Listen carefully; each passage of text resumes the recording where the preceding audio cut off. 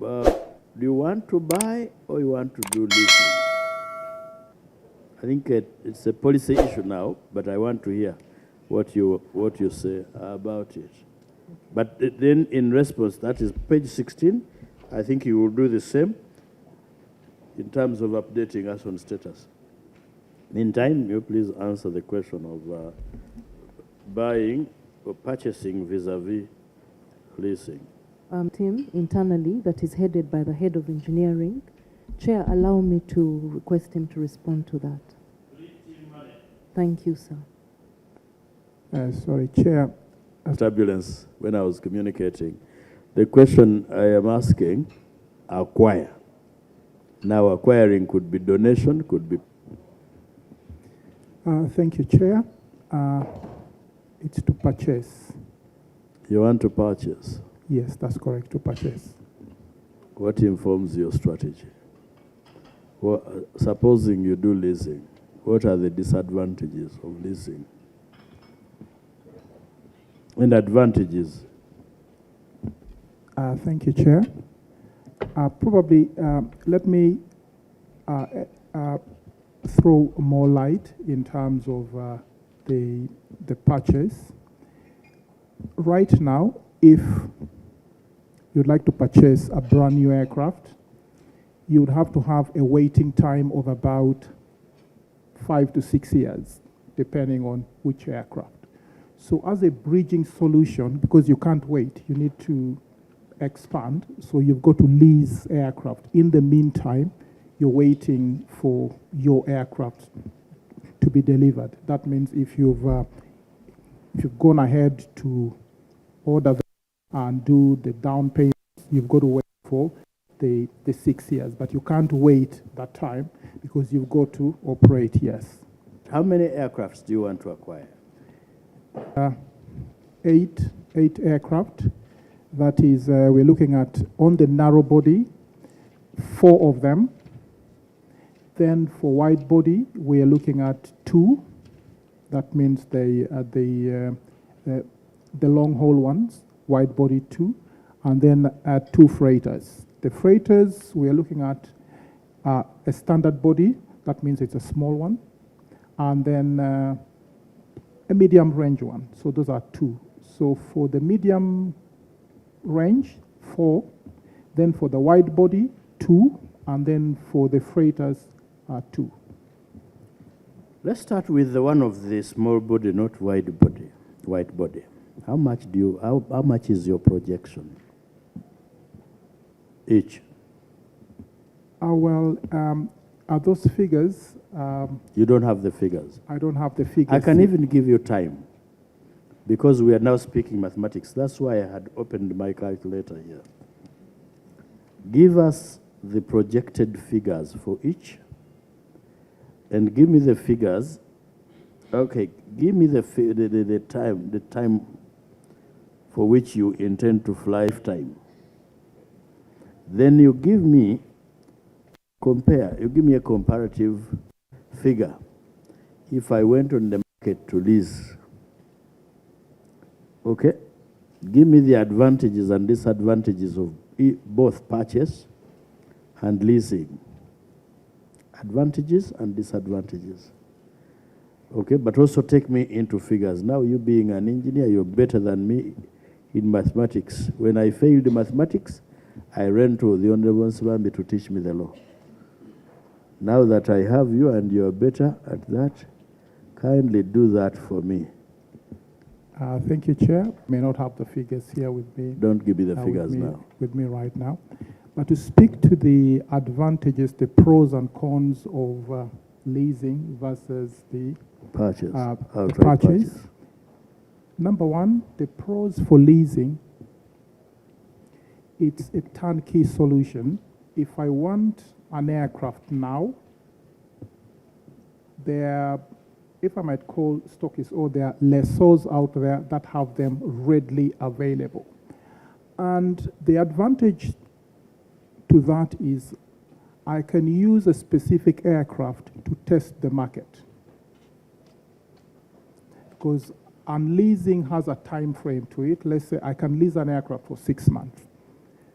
1 year, depending on my requirement. So if I lease an aircraft and utilize it, I will be able to tell that, okay, this fits my requirement. Even, you can do a research and you test it. So if it doesn't fit your requirement, you take back the leased aeroplane. So that's an advantage. But if I've purchased an aircraft, I'll have depreciated it, and by the time I'm selling it, I may not be able to recover my money. So that's one advantage with leasing. And then the other one is, well, I'm a finance person, but I do have a little bit of understanding. If I purchased an aircraft, it will hit my books in terms of depreciation. But also, I will have to pay certain dues for this particular aircraft. So when I'm leasing an aircraft, I just pay the lease charges, and then that's it. Yes, yeah. So that's the advantage. How about the risk? In terms of any problem, in terms of a risk related to maintenance, risk related to accidents? Okay, that's covered by insurance. Yes. So whether I purchase the aircraft or I lease it, it's still covered by... You are the operator? Yes, I'm the operator. It's covered by leasing. There are two types of leasing. There is probably three. There's the dry lease, which I actually have the whole control. I still have to pay for leasing as a lessor. If it is a wet lease, it's included in my lease cost. So either way, I still have to pay for insurance. So I am covered in terms of insurance. Either way, you still have to pay for maintenance.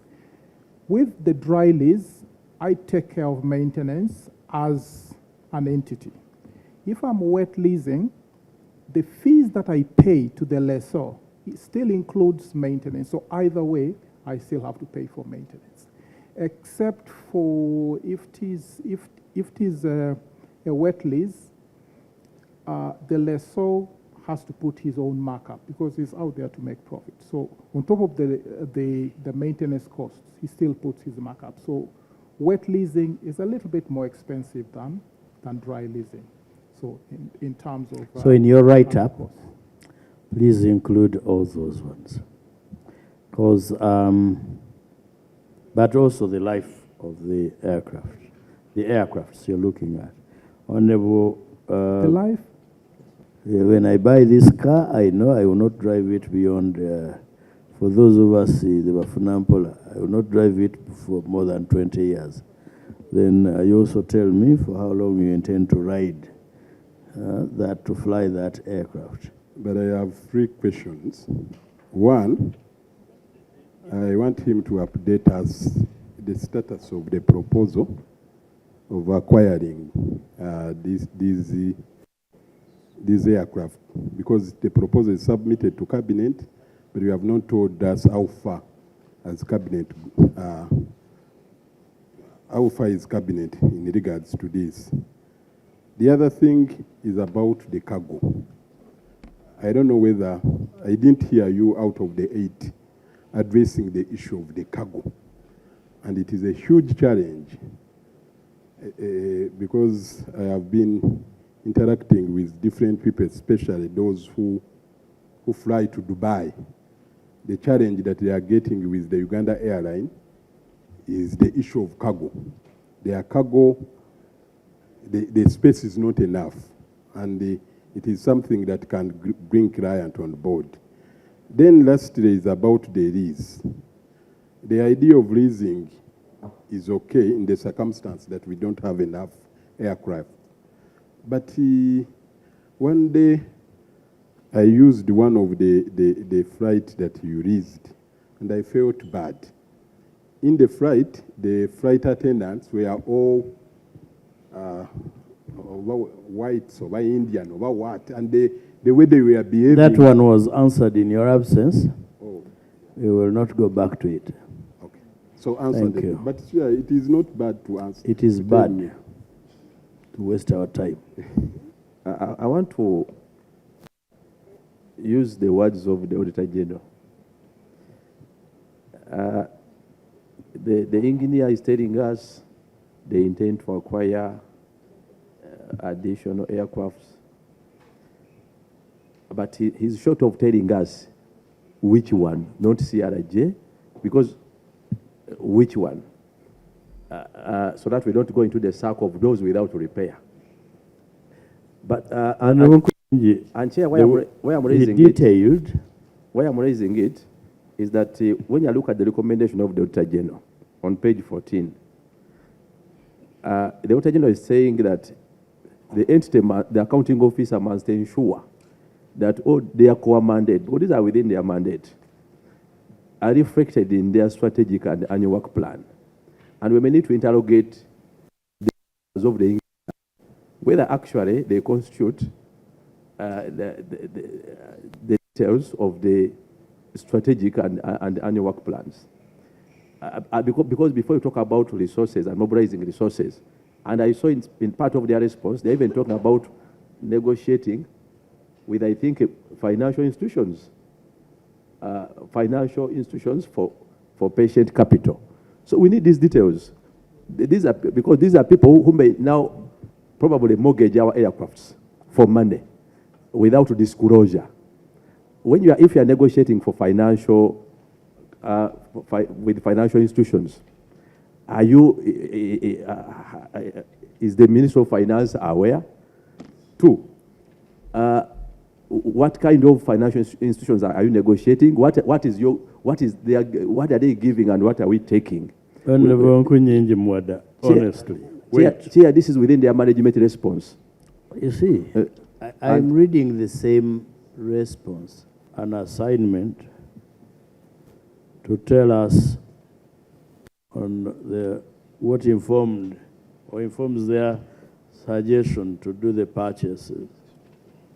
Now, while we are doing this oversight, I do not want us to subsume the board that we are going to now decide for them on the at a strategic level. But Chair, that they will go to the extent